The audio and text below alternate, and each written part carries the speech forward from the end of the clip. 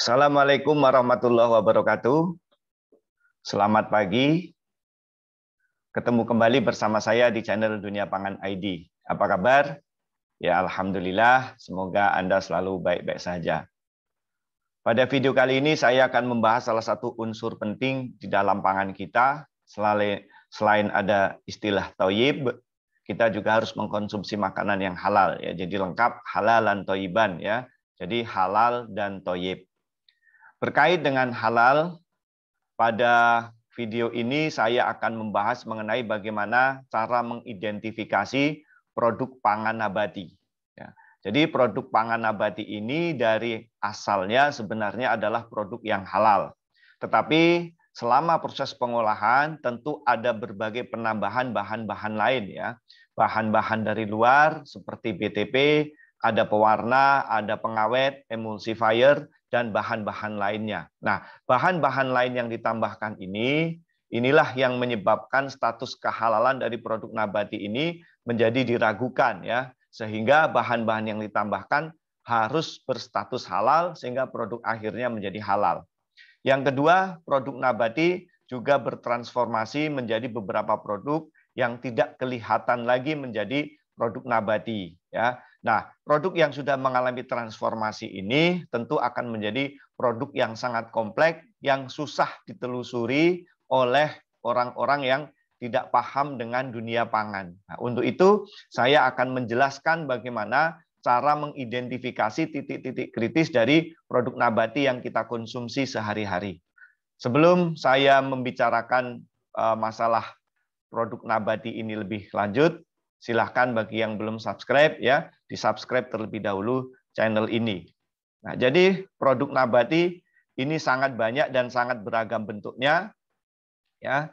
Ada yang berbentuk padat, kemudian ada yang berbentuk cair, kemudian ada yang kering, ada yang semi kering, ada yang berbentuk basah, ya. Jadi sekali lagi produk nabati itu sangat beragam bentuknya dan jumlahnya sangat banyak. Saya akan memulai dari teknik melakukan identifikasi apakah produk nabati ini merupakan bagian dari titik kritis di dalam teknologi pengolahan atau tidak.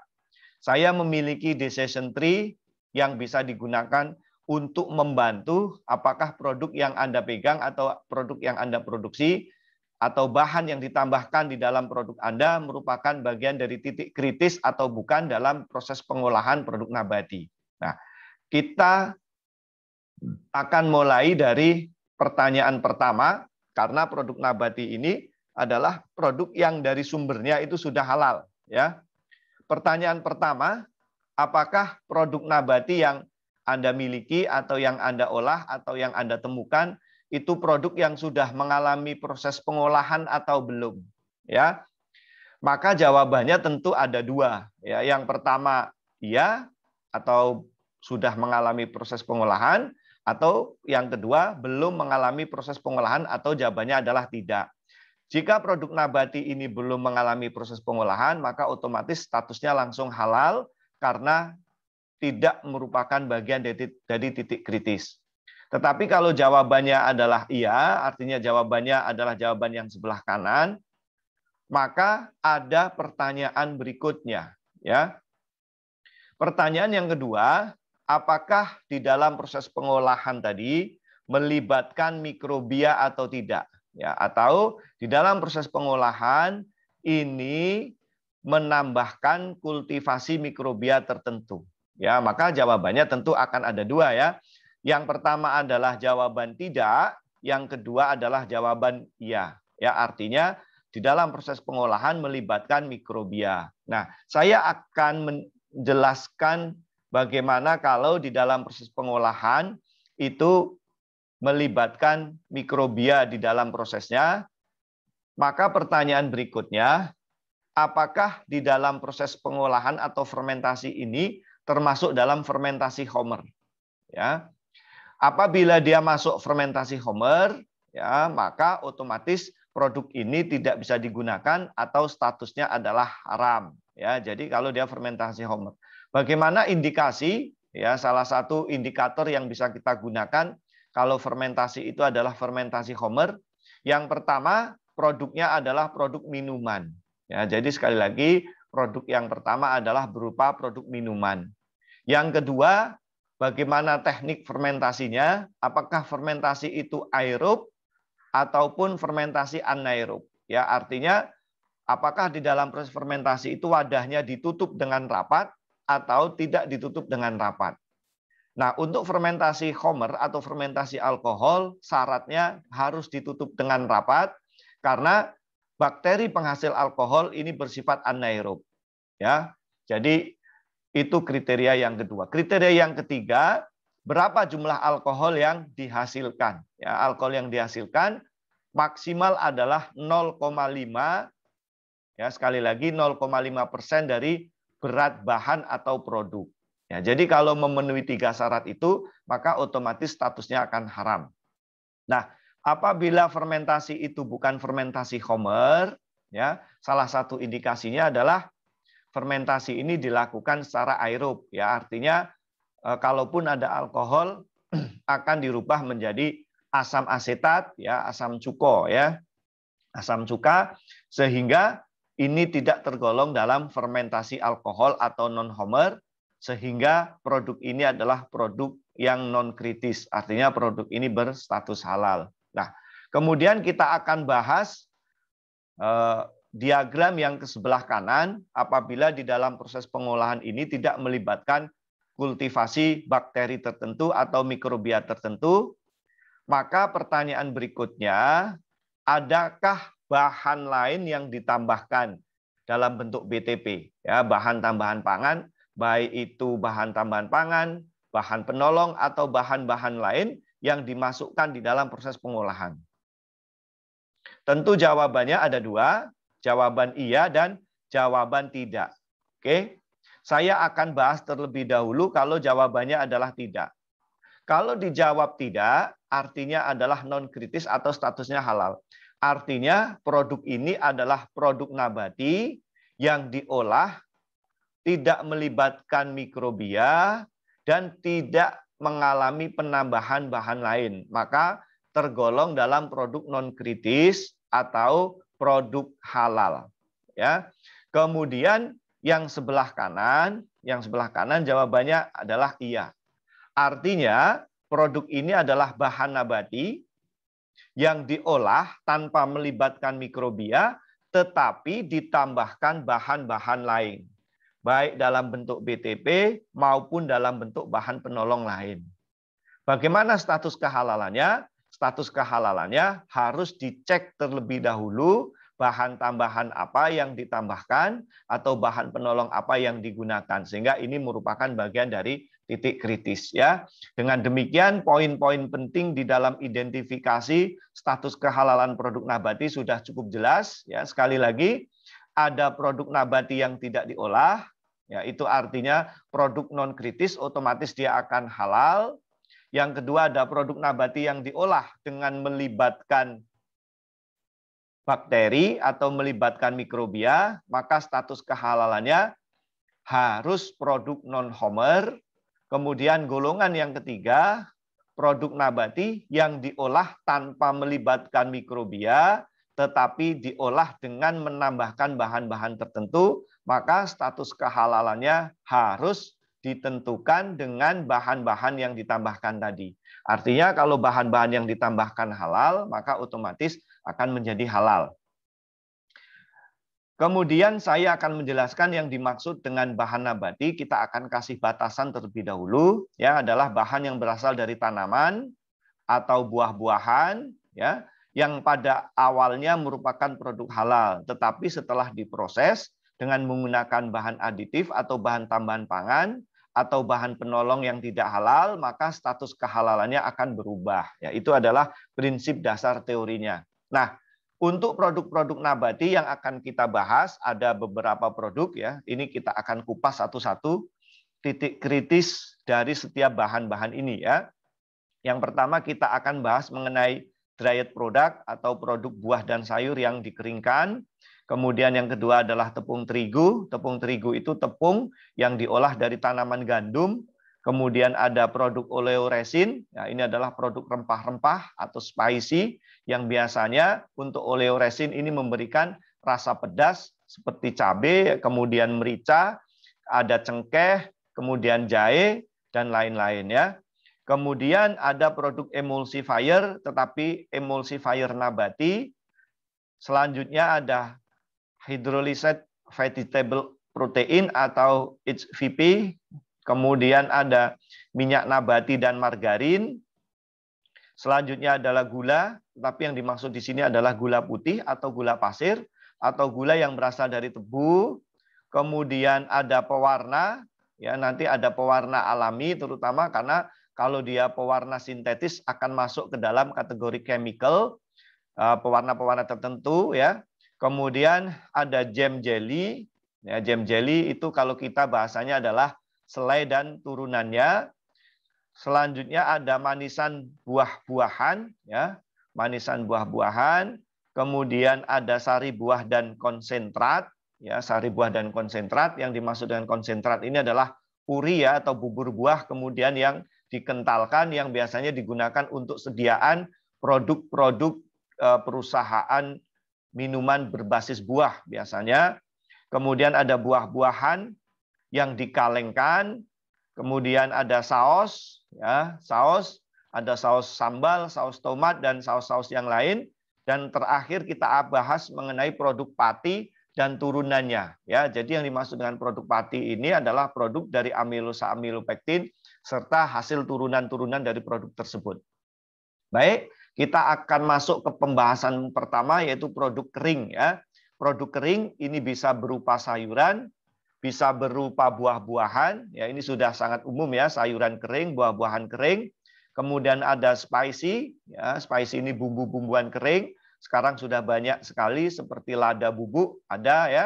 Kemudian ada cengkeh bubuk, kemudian ada bumbu-bumbu yang lain yang dalam bentuk bubuk. Nah, berikutnya adalah herbal. Herbal ini biasanya berasal dari bagian dari tanaman atau buah-buahan yang digunakan untuk terapi pengobatan tertentu karena kandungan senyawa fungsional yang ada di dalamnya. Ya, jadi herbal ini herbal jamuan ya, ini satu kelompok. Nah, produk yang berasal dari tanaman kemudian diproses dengan atau tanpa dikecilkan, artinya ada yang dikeringkan dalam kondisi utuh seperti lada utuh karena ukurannya kecil, tetapi ada juga yang harus dikecilkan ukuran terlebih dahulu karena ukurannya besar sehingga tidak bisa ya. Kalau tidak dikecilkan ukurannya harus dipotong-potong, misalnya seperti buah-buahan yang besar. Kemudian ada sayur-sayuran juga. Kalau sayuran itu ukurannya besar harus dikeringkan, harus dipotong-potong ya. Misalnya seperti wortel kering, ada kubis kering, kemudian ada apa ya loncang atau daun bawang, ada seledri kering, ya itu harus dikecilkan ukurannya. Nah, dapat ditambahkan bahan pengisi seperti maltodextrin atau laktosa, ini terutama kalau bentuknya adalah bubuk ya, artinya digiling. Nah, sehingga harus ditambahkan maltodextrin sebagai bahan pengisinya. Dapat pula ditambahkan atau dilapisi minyak nabati. Yang dimaksud dengan dilapisi minyak nabati ini untuk produk yang ukurannya cukup agak besar ya, artinya yang biasanya seperti produk raisin ya, raisin, kismis, ada sultanan, itu biasanya teksturnya itu mengkilat.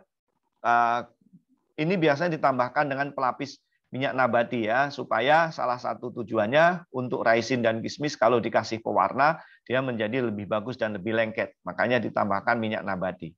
Nah, untuk dried produk ini atau produk kering, titik kritisnya di mana? Titik kritisnya apabila produk ini dikasih pelapis dan dikasih senyawa bahan pengisi seperti maltodextrin, laktosa, dan minyak nabati.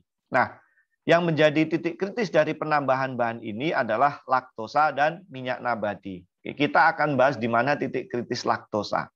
Jadi laktosa ini berasal dari gula susu. Jadi artinya ini merupakan gula yang berasal dari susu. Nah, biasanya laktosa dihasilkan dari produk samping pengolahan keju.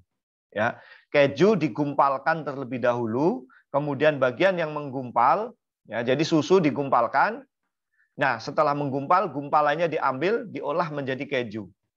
Kemudian akan menyisakan air. Nah, air ini yang disebut dengan whey. Nah, air masih mengandung beberapa senyawa yang larut air, baik dalam kategori protein maupun karbohidrat. Nah, di dalam air atau whey itu masih mengandung senyawa namanya laktosa. Kemudian laktosa tadi dipindahkan dan digunakan untuk membuat laktosa, baik laktosa bubuk maupun laktosa cair. Ya, dan digunakan sebagai pemanis serta juga bisa digunakan sebagai bahan pengisi. Nah, di mana titik kritisnya? Titik kritisnya adalah bahan penggumpal yang digunakan dalam pembuatan keju. Bahan penggumpal yang digunakan ini berasal dari enzim ya, yang disebut dengan enzim Rennet. Ya, enzim Rennet ini adalah enzim yang diambil dari anak sapi, ya, dari usus anak sapi, dan bisa juga dari anak domba, bisa juga dari anak babi. Ya, jadi kalau diambil dari anak babi maka pasti akan haram. Jadi tidak boleh digunakan untuk membuat produk halal. Tetapi kalau dibuat diambil dari anak sapi dan anak domba, dia akan halal, tetapi dengan catatan harus dicek bagaimana proses penyembelihannya. Ya, apakah penyembelihannya itu dengan secara syar'i atau tidak. Bagaimana apabila kita menggunakan penggumpalan yang disembelih tapi tidak mengikuti aturan syar'i, karena sebenarnya laktosa ini dipisahkan dari whey. Nah, whey ini menggunakan penggumpal dari rennet, ya. Artinya apa? Status kehalalan akan berubah jika dilakukan pencucian, ya. Artinya apa? Artinya laktosa tadi ada riwayat pernah bersentuhan dengan najis, tetapi bukan najis mughaladah. Artinya harus dicuci dengan menggunakan air atau produk yang disetarakan dengan air dalam jumlah 2 kolah atau sekitar 270 liter. Berikutnya minyak nabati, ya. Minyak nabati ini merupakan produk kritis karena di dalam proses pembuatan minyak nabati ini ada salah satu tahap yang disebut dengan bleaching atau pemucatan. Ya, pemucatan atau bleaching biasanya menggunakan karbon aktif. Nah, karbon aktif ini bisa berasal dari 3 sumber. Yang pertama, karbon aktif bisa berasal dari tempurung, ya, tempurung kelapa, bisa juga dari tempurung dari kernel, ya, dari biji sawit, kemudian bisa berasal dari tulang, dan yang ketiga bahan tambang. Yang harus disikapi, yang harus diperhatikan apabila karbon aktif ini berasal dari tulang, ya, karena tulang yang digunakan bisa tulang sapi, bisa tulang babi. Artinya kalau karbon aktif ini menggunakan tulang yang berasal dari babi, maka statusnya adalah haram. Produk yang kedua adalah produk terigu. Terigu ini merupakan tepung yang diperoleh atau diolah dari tanaman gandum. Nah, kenapa dia menjadi kritis? Karena di dalam proses pengolahannya di Indonesia diwajibkan adanya enrichment atau penambahan vitamin. Nah, vitamin yang ditambahkan dalam terigu ada vitamin B1, vitamin B2, dan asam folat atau kategori di dalam B kompleks. Nah, bagaimana status kehalalan vitamin B kompleks? Ya, ini harus diperhatikan karena beberapa vitamin ini dilakukan coating. Karena apa? Karena vitamin B ini rasanya pahit, sehingga pada saat ditambahkan ke dalam tepung, maka akan memberikan efek pahit di dalam tepung, sehingga harus di-coating. Nah, proses coating ini harus jelas, karena salah satu metode coating yang banyak digunakan untuk vitamin itu menggunakan gelatin. Nah, gelatin ini merupakan produk turunan yang diolah dari tulang, bisa juga dari kulit. Nah, kalau tulang dan kulitnya ini sapi, ini boleh digunakan. Tapi kalau tulang atau kulitnya ini adalah tulang dan kulit babi, maka statusnya haram. Jika beef digunakan beef gelatin atau berasal dari sapi, maka bagaimana cara penyembelihan sapi juga harus diperhatikan supaya statusnya harus menjadi halal, ya. Nah, titik kritis yang kedua untuk vitamin itu adalah sumber atau vitamin diperoleh dari mana? Karena vitamin ini sebagian besar ini diproduksi dari proses fermentasi, ya. Nah, Kalau dia diperoleh dari proses fermentasi, maka yang harus diperhatikan, media yang digunakan untuk pertumbuhan mikrobia itu menggunakan media apa, ya, baik di dalam media produksi, kemudian propagasi, atau di media pada saat mikrobia disimpan, ya. Jadi harus jelas statusnya, ya. Berikutnya ada produk oleoresin. Oleoresin ini di pasaran ada dua jenis. Yang pertama oleoresin dalam bentuk bubuk, ya, misalnya seperti cabai bubuk, rempah-rempah bubuk. Kemudian ada juga yang dalam bentuk cair, ya, seperti cabai cair, ya, cabai tetes, rempah-rempah tetes, bumbu-bumbu tetes, dan lain sebagainya. Nah, titik kritisnya di mana? Yang menjadi titik kritis yang akan kita bicarakan adalah produk oleoresin, tetapi produk ini adalah produk cair. Nah, oleoresin ini merupakan produk yang larut, adalah produk cair, tetapi oleoresin sendiri sebenarnya bersifat non-polar. Ya, sehingga artinya supaya oleoresin ini bisa bercampur dengan airnya, maka harus ditambahkan senyawa yang disebut dengan emulsifier. Nah, emulsifier yang banyak digunakan untuk produk oleoresin adalah polisorbat. Kemudian polisorbat ini sering disebut dengan twin. Kemudian ada juga yang menggunakan gliseril monooleat. Nah, yang harus jelas adalah gliseril monooleatnya ini dari mana. Nah, gliserin monooleat ini artinya gliserin yang mengandung asam lemak, senyawa oleat jumlahnya hanya 1. Artinya apa? Ya, artinya begini.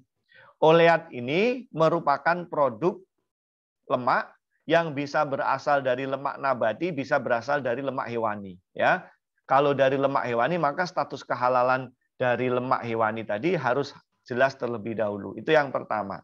Yang kedua, kondisi di alam, ya, baik dari minyak nabati maupun dari lemak hewani, produk ini asalnya berbentuk triasil gliserol. Artinya gliseril tadi mengikat 3 asam lemak. Nah, ini hanya monooleat. Artinya hanya terdiri dari 1 asam lemak. Maka dari itu artinya produk ini sudah mengalami pemutusan 2 asam lemak terlebih dahulu. Nah, proses pemutusan asam lemak ini tidak bisa sembarangan dengan misalnya hidrolisis asam. Kenapa? Karena harus spesifik.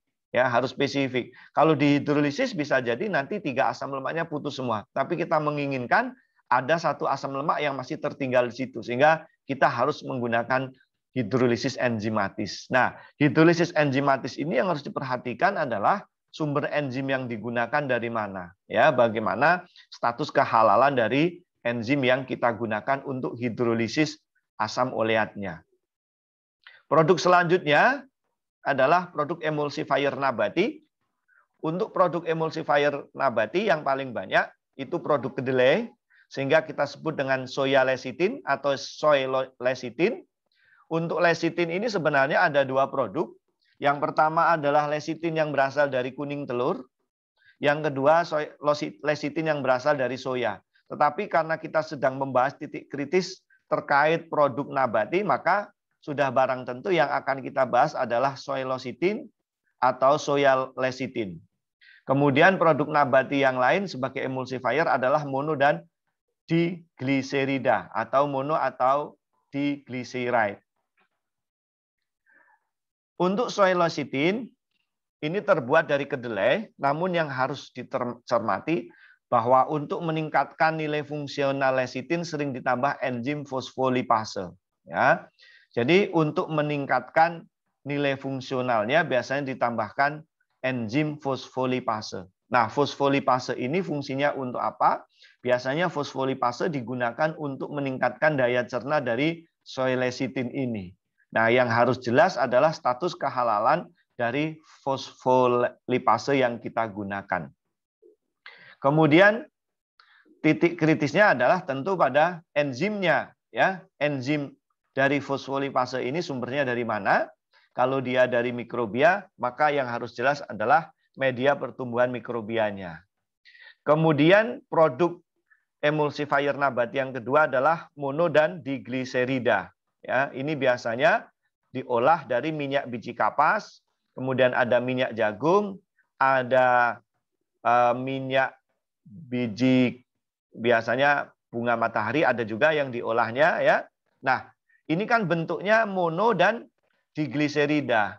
Artinya produk awalnya di dalam tanaman ini bentuknya adalah trigliserida atau triasilgliserol, yang artinya satu gliserol berikatan dengan 3 asam lemak. Nah, proses pemutusan ikatan 1 atau 2 asam lemak sehingga menjadi mono dan digliserida ini tentu menggunakan enzim. Ya. Nah, yang harus dicek adalah enzim apa yang digunakan di dalam hidrolisis senyawa tersebut. Nah, tadi sudah saya jelaskan sumber enzimnya. Yang paling banyak enzim berasal dari mikrobia. Sehingga yang harus diperhatikan adalah media apa yang digunakan untuk menumbuhkan mikrobia tersebut dalam rangka menghasilkan enzim.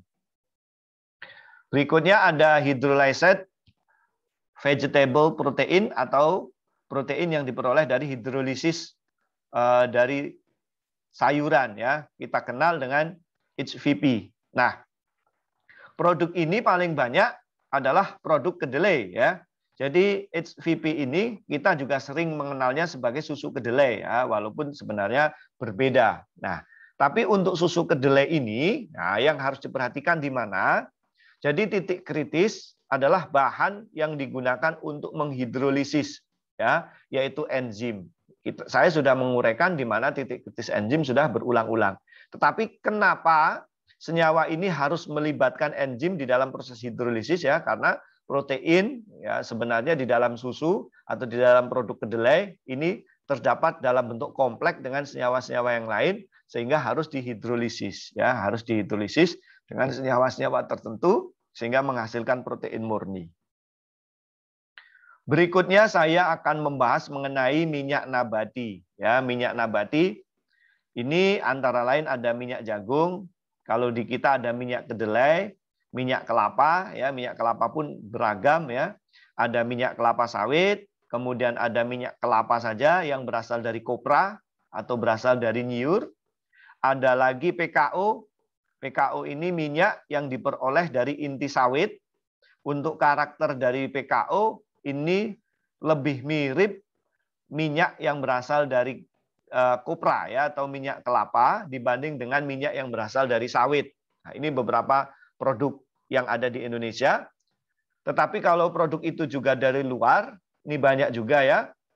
Ada minyak zaitun atau olive oil, kemudian ada minyak kedelai, ada juga ya, dan minyak-minyak yang lain ya. Nah, untuk vegetable oil yang berasal dari luar negeri, yang merupakan produk impor, ini biasanya tidak murni. Karena di dalamnya sudah ditambahkan minyak lain, yaitu minyak hewani sebanyak 10%. Maka dari itu, pada saat kita menggunakan minyak, ya terutama minyak yang merupakan produk luar, harus dicek berapa persen kemurnian minyak itu. Kalau 100% artinya tidak ditambahkan bahan minyak yang lain. Tetapi kalau 95, 97, atau bahkan 90, itu artinya ada bahan minyak lain yang ditambahkan ke dalamnya, dan biasanya adalah minyak hewani. Maka dari itu status kehalalannya sangat tergantung dengan minyak yang ditambahkan sebagai bahan tambahannya. Nah, titik kritis dari minyak nabati selain bahan tambahan 10% tadi juga terletak pada, ya tadi di awal sudah saya jelaskan bahwa minyak ini sudah mengalami bleaching atau pemucatan, di mana salah satu teknik atau teknologi pemucatan dengan menambahkan karbon aktif ya. Maka sumber karbon aktifnya harus jelas. Sekali lagi, sumber karbon aktifnya harus jelas. Nah, berikutnya adalah margarin. Margarin adalah merupakan produk emulsi dari hasil samping pengolahan minyak sawit. Jadi margarin ini diolah dari CPO atau minyak sawit. Minyak sawit ini mengandung 2 fraksi ya. Yang pertama adalah stearin dan yang kedua adalah olein. Nah, untuk olein ini diolah menjadi minyak sawit atau minyak goreng, sedangkan stearinnya ini merupakan bahan baku margarin. Nah, yang harus diperhatikan bahwa di dalam margarin ini pasti sudah ditambahkan bahan-bahan yang lain. Salah satunya adalah bahan pelembut, sehingga harus ditambahkan bahan pengemulsi seperti mono dan digliserida. Nah, untuk pengemulsi tadi status kehalalan mono dan digliserida sudah saya bahas. Kemudian yang kedua, margarin ini merupakan produk tiruan dari mentega, ya, sehingga harus ditambahkan flavor-flavor dari luar, tentu flavor-flavor yang menjadi mirip dengan mentega. Nah, sehingga harus jelas status kehalalan. Di mana status kehalalan untuk produk flavor, ya? Jadi untuk produk flavor ini banyak sekali yang menggunakan bahan-bahan turunan dari produk hasil samping Homer, ya, dari produk Homer banyak, sehingga status kehalalan jelas. Kemudian flavor juga sering ditambahkan bahan pengemulsi yang biasanya berasal dari minyak hewani, ya, sehingga flavor ini harus diteliti, ya, asal usul dan komponen pelarut yang digunakan. Kemudian untuk pembuatan margarin ini juga ada aturan di Indonesia harus diperkaya dengan vitamin. Salah satunya adalah vitamin E dan vitamin D, ya. Maka dari itu yang juga harus jelas vitamin E-nya dari mana, vitamin D-nya dari mana, karena dua vitamin ini adalah vitamin larut lemak. Kemudian selain itu di dalam margarin juga ditambahkan pewarna supaya warnanya ini tidak pucat, ya. Kalau mentega warnanya sedikit pucat, tetapi untuk margarin ini warnanya kuning menyala. Artinya apa?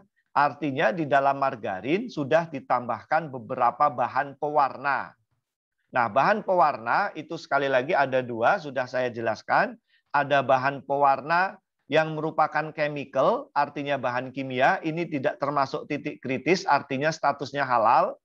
Tetapi yang menjadi perhatian adalah bahan pewarna yang berasal dari bahan pewarna alami. Artinya bahan ini sudah mengalami ekstraksi.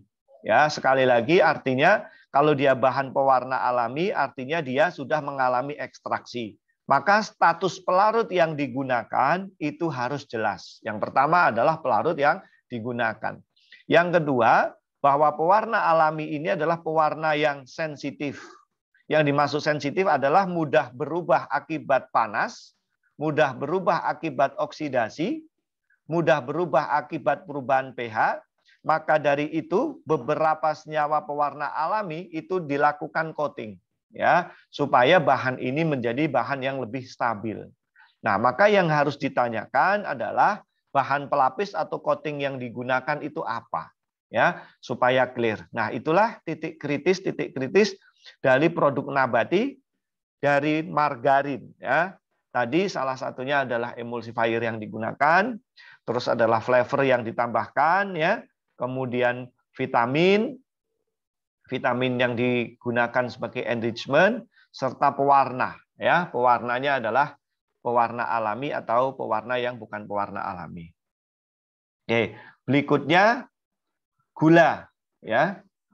Gula yang dimaksud di sini adalah gula yang berasal dari tebu. Ya, di Indonesia banyak produk olahan gula yang lain, ya. Ada gula kelapa yang berasal dari tanaman kelapa, ada gula aren, gula yang berasal dari pohon aren, ada juga kalau di luar itu bit gula atau gula yang berasal dari bit. Oke, bagaimana titik kritisnya? Ya, titik kritis di dalam produk pengolahan gula itu ada dua, yaitu dua titik kritis. Yang pertama adalah arang aktif yang digunakan. Ya, karena gula ini sudah mengalami proses pemurnian atau refining, itu di dalam prosesnya menggunakan arang aktif. Nah, arang aktif tadi sudah saya jelaskan di mana titik kritisnya. Kemudian yang kedua adalah resin, ya. Yang kedua adalah resin. Nah, resin ini merupakan titik kritis karena di dalam proses pengolahannya resin ada riwayat ditambahkan atau ada riwayat bersentuhan dengan gelatin. Nah, sehingga status kehalalan resin ini akan menjadi hal yang penting kalau gelatinnya yang digunakan ini adalah gelatin yang tidak halal. Sehingga gelatinnya harus halal, sehingga resinnya menjadi halal. Kalau resinnya halal, maka gulanya akan menjadi halal juga. Berikutnya, kita akan bahas mengenai bahan pewarna. Bahan pewarna alami adalah bahan pewarna yang diekstrak dari tanaman biasanya ya. Ada juga beberapa sebagian kecil yang diekstrak dari buah ya. Nah, bahan pewarna alami dapat berasal dari tanaman, misalnya contohnya adalah klorofil, ada aktasantin ya, kemudian ada karoten atau karotenoid ya, biasanya beta karoten, kemudian xanthofil dan seterusnya. Nah, di mana titik kritisnya? Yang pertama adalah bahan pelapisnya. Ya, tadi sudah saya jelaskan bahwa pewarna alami ini merupakan pewarna yang sensitif sehingga harus dilapisi atau di-coating. Nah, maka status kehalalannya sangat tergantung dengan bahan yang digunakan untuk melakukan coatingnya. Kemudian yang kedua adalah pelarut yang digunakan. Ya, pelarut yang digunakan itu ada dua. Yang pertama adalah pelarut polar yang menggunakan alkohol dan pelarut non-polar. Kemudian bahan pengemulsi biasanya adalah turunan dari lemak yang tadi sudah jelaskan, ada monogliserida, ada digliserida. Ini terutama ditambahkan pengemulsi kalau produknya adalah produk cair ya, atau emulsifier pada pewarna dalam bentuk pasta ya, sehingga harus jelas statusnya. Berikutnya adalah jam jelly ya. Kita akan bahas titik kritis jam jelly. Jam atau selai. Kemudian jelly ini sebenarnya lebih mirip ke agar-agar karena diolah dari cairannya. Sementara selai ini diolah dari seratnya atau dari padatannya. Jadi kalau kita punya buah yang di blender ya, yang kemudian kita sebut sebagai puri, terus dibagi menjadi dua, padatannya akan kita olah sebagai jam atau selai, sementara cairannya kita bisa kentalkan dan kita olah sebagai jelly. Nah, biasanya terbuat dari buah segar yang ditambahkan gula, pektin, asam. Nah, ini pasti ada ya. Di dalam proses pengolahan selai itu pasti ditambahkan segitiga bahan ini, harus ada gula, kemudian pektin dan asam sitrat atau asam ya, tidak harus asam sitrat, tetapi kebanyakan orang menggunakan asam sitrat. Nah, kalau tidak ada tiga unsur ini tentu selai atau jam tidak akan jadi. Maka pasti akan ada tiga unsur itu. Kemudian karena selai ini dijual dalam jangka waktu yang lama dan pH-nya rendah, selai ini memiliki pH 4 ke bawah, sehingga kita tambahkan senyawa atau bahan untuk pengawetnya adalah natrium benzoat, serta ada pewarna makanan untuk mempertajam warna supaya orang lebih menarik untuk membelinya. Nah, bagaimana titik kritisnya? Yang pertama adalah titik kritis gula. Ya, gulanya tadi sudah saya jelaskan. Gulanya itu di mana titik kritisnya ya. Bagaimana titik kritisnya juga sudah cukup jelas. Kemudian pewarna makanan, ya pewarna makanan yang digunakan tadi juga sudah saya jelaskan bagaimana titik kritis dan status kehalalannya. Nah, berikutnya ada manisan buah-buahan. Manisan ini ada dua jenis. Yang pertama adalah manisan kering, yang kedua adalah manisan basah. Yang dimaksud dengan manisan basah ini adalah manisan yang masih dicampur dengan airnya, ya. Jadi direndam. Ya, jadi maksudnya manisan ini manisan yang direndam, disebut dengan manisan basah. Ini terbuat dari buah segar yang di dalamnya juga ditambahkan gula sebagai pemanis, kemudian asam sitrat untuk pengasam supaya bisa diawetkan dengan asam benzoat dan juga untuk memperbaiki cita rasa, ditambahkan pewarna dan flavor. Ya, titik kritisnya di mana? Titik kritisnya adalah di gula dan pewarna, kemudian flavor. Ini yang sudah kita bahas. Satu lagi ada asam sitrat.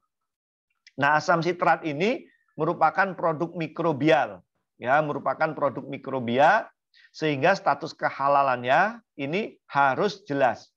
Ya, artinya media yang digunakan untuk pertumbuhan mikrobia itu harus halal supaya asam sitrat ini memiliki status kehalalan yang pasti ya. Nah, asam sitrat itu sebenarnya produk apa? Jadi asam sitrat kalau di dunia biokimia ini merupakan hasil dari siklus TCA di mana senyawa oksaloasetat ini dikonjugasi dengan asetil-CoA menghasilkan asam sitrat. Nah, asam sitrat ini digunakan untuk bahan baku berikutnya isositrat, akonitat, alfa-lactoglutarat, dan seterusnya. Tetapi pada mikrobia tertentu yang DNA-nya sudah didesain, ini jumlah asam sitrat yang dihasilkan itu jauh lebih banyak dari kondisi normal, sehingga asam sitrat bisa dipanen dalam bentuk asam. Ya, tidak digunakan untuk menghasilkan energi melalui siklus TCA. Oke ya. Jadi asam sitrat ya. Jadi sebagian besar asam sitrat ini dihasilkan dari produk mikrobia. Berikutnya adalah sari buah. Ya, sari buah ini ada dua. Yang pertama adalah dalam bentuk cair, yang kedua dalam bentuk konsentrat. Sari buah ini sering juga disebut dengan puri ya. Nah, bahannya adalah terbuat dari buah, gula, penyetabil atau stabilizer yang terdiri dari CMC atau karboksi metil selulus, ada gam santan, kemudian ada guar gam. Kemudian selain itu ditambahkan clarifier atau penjernih yang digunakan untuk mengurangi cloudiness ya atau kekeruan, itu menggunakan enzim pektinase. Selain itu ditambahkan pewarna, flavor, kemudian pengasam, penurun pH, vitamin C, gelatin ya. Nah, yang ini sudah kita bahas, gula, flavor, pewarna, gelatin juga sudah bahas. Kemudian enzim pektinase. Nah, enzim pektinase ini juga harus jelas statusnya karena biasanya enzim yang digunakan itu adalah produk mikrobial. Berikutnya, buah-buahan kaleng ini terbuat dari buah segar yang ditambahkan gula, asam sitrat dan ditambahkan ya, bahan kritisnya ada terdiri dari gula, asam sitrat dan flavor yang sudah kita bahas pada pembahasan sebelumnya. Berikutnya ada saus ya, di Indonesia ada banyak sekali jenis saus ya, ada saus tomat, ada saus cabai, kemudian ada saus-saus yang lain. Nah, yang menjadi titik kritis pada pembuatan saus cabai ini biasanya ditambahkan chili peppers, kemudian ada sugar, ya, ada garam, ada tambah garlic ya, ada pati sebagai stabilizer, asam asetat untuk menurunkan pH, ini bahan pengawet supaya cocok ya antara asam asetat dan pengawetnya, serta asam asetat itu juga digunakan sebagai bahan supaya lebih enak ya. Berikutnya adalah MSG. Yang akan saya bahas sekarang adalah titik kritis pada MSG. MSG ini merupakan monosodium glutamat yang juga merupakan produk mikrobial. Nah, tetapi untuk pertumbuhan mikrobia penghasil MSG ini Bactozoiton ini harus ditambahkan dengan aktif enzim ya, ditambahkan enzim. Nah, enzim yang digunakan ada enzim yang berasal dari babi ya, sehingga harus diperhatikan status kehalalan. Ya, artinya kalau dia halal itu biasanya menggunakan enzim yang berasal dari anak sapi, yaitu MSG. Berikutnya ada pati dan turunannya. Nah, perlu diperhatikan bahwa bahan yang digunakan dalam proses pembuatan turunan pati misalnya maltodextrin, ada sirup glukosa, ada high fructose sirup, ada corn sirup. Oke ya. Nah, untuk produk-produk ini maltodextrin, kemudian sirup glukosa, high fructose sirup ini merupakan produk-produk ekstraksi atau produk hidrolisis ya, seperti corn sirup ini biasanya dari pati. Patinya adalah pati yang berasal dari jagung.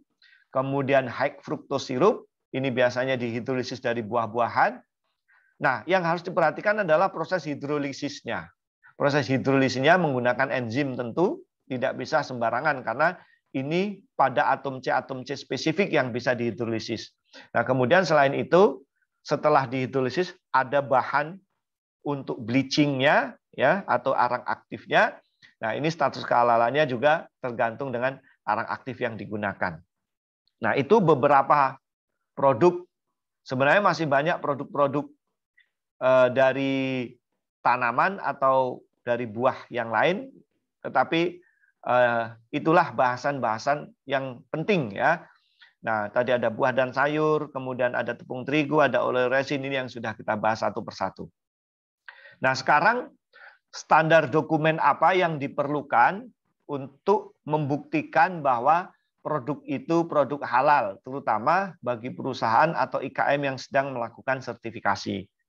Oke, berbeda dengan produk hewani. Kalau produk hewani mau tidak mau harus sertifikat halal ya atau SH.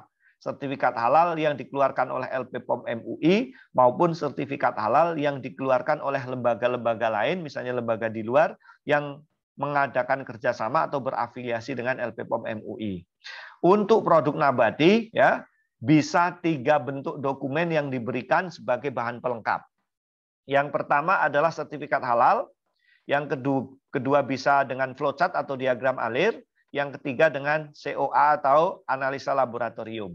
Nah, sertifikat halal diperlukan untuk produk-produk nabati yang sudah diolah dengan pengolahan yang kompleks. Ya, yang dimaksud dengan pengolahan kompleks itu adalah pengolahan produk nabati dengan bahan yang banyak, bahan yang susah ditelusuri, sehingga harus dibuktikan dengan sertifikat halal. Tadi sudah saya jelaskan beberapa produk nabati ditambahkan gelatin. Nah, untuk produk yang ditambahkan gelatin harus bersertifikat halal, tidak bisa dengan bahan atau tidak bisa dengan dokumen yang lain. Kemudian selain produk itu produk kompleks, juga produk yang banyak menggunakan bahan tambahan lain. Yang kedua, produk yang diproses dengan proses yang rumit dan panjang. Ya, itu harus dibuktikan dengan sertifikat halal. Kemudian di luar itu, produk nabati yang diolah dengan pengolahan yang sederhana bisa dibuktikan dengan diagram alir atau dokumen diagram alir. Atau bisa juga dengan COE. Ya, COE ini adalah data laboratorium yang menunjukkan kemurnian atau komposisi dari produk yang digunakan. Nah, apabila dari produk hewani tetapi diolah dengan melibatkan apabila produk nabati tetapi diolah dengan melibatkan nabati, maka juga perlu dilakukan sampling.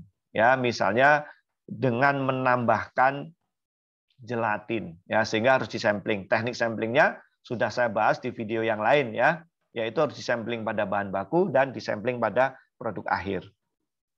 Saya akan kasih contoh beberapa diagram alir atau dokumen, ya. Ini contoh dokumen halal yang dikeluarkan oleh Ivanka, artinya produk ini berasal dari Amerika.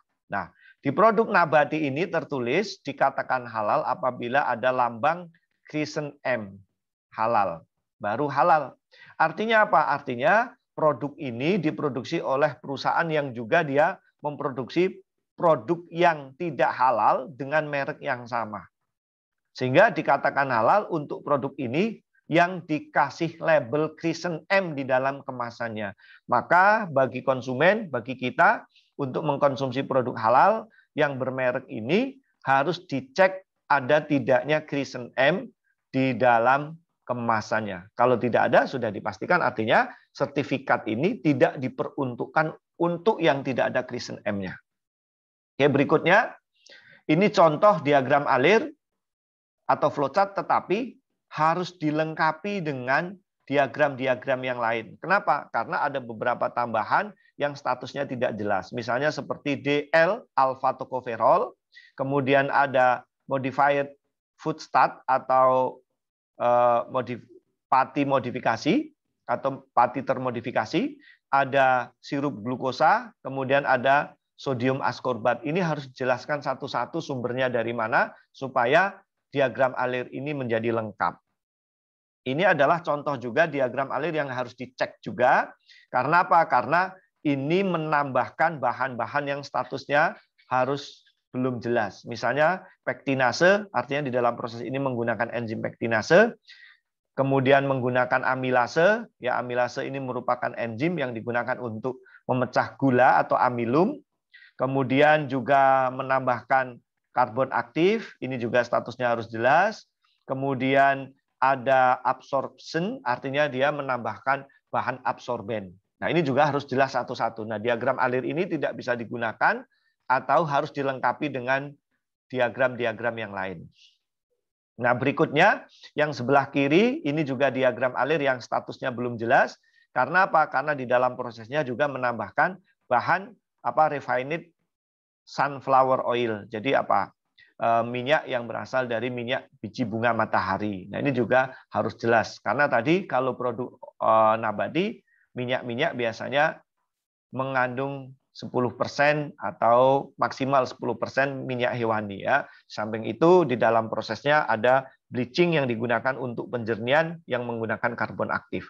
Nah, untuk yang produk pepaya atau puri, ini merupakan produk yang bisa digunakan. Ini jelas kelihatan sekali bahwa proses pengolahannya ini hanya puri biasa yang mengalami proses fisik saja, misalnya dengan pencucian ya, kemudian pembuangan biji, kemudian pulping atau penghancuran, kemudian dilakukan pastilisasi, kemudian filling ya, kemudian didinginkan dan disimpan. Artinya tidak menambahkan bahan-bahan apapun ya. Artinya dari sini sudah clear, tidak perlu dilengkapi dengan dokumen yang lain.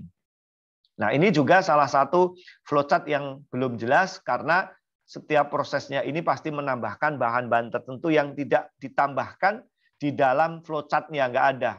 Nah, misalnya ada liquefaction, ini biasanya di dalam teknologi jus ya, liquefaction-nya itu dengan menggunakan enzim ya. Ini enzimnya metodenya apa, tambahkan enzimnya juga enzim apa tidak jelas. Kemudian ada saccharification ya, ini ada penambahan gula, artinya gulanya itu apa juga tidak jelas. Kemudian ada discoloring, discoloring ini artinya bleaching ya, artinya pembuangan warna, prosesnya bagaimana juga tidak jelas. Kemudian ada ion exchange, juga ion exchange-nya ini bagaimana juga tidak jelas, sehingga ini harus dilengkapi dengan dokumen-dokumen pendukung yang lain. Ya. Demikianlah pembahasan kali ini mengenai bagaimana kita akan mengetahui titik kritis dari produk nabati, di mana produk nabati banyak sekali kita konsumsi dalam kehidupan sehari-hari dan juga banyak digunakan di dalam pembuatan produk pangan kita, ya, baik produk pangan IKM maupun perusahaan, ya, sehingga untuk menghasilkan produk yang halal, status kehalalannya jelas, harus menggunakan produk nabati yang jelas. Oke, kita juga sudah membahas bagaimana kita mengidentifikasi titik kritis dari produk hewani ya. Dengan mengikuti video ini saya berharap kita sekarang menjadi lebih berhati-hati pada saat memberi makanan, pada saat kita mengkonsumsi makanan, karena sesungguhnya walaupun produk nabati sekalipun tidak 100% kemudian halal. Demikianlah video saya kali ini dan saya akhiri. Assalamualaikum warahmatullahi wabarakatuh.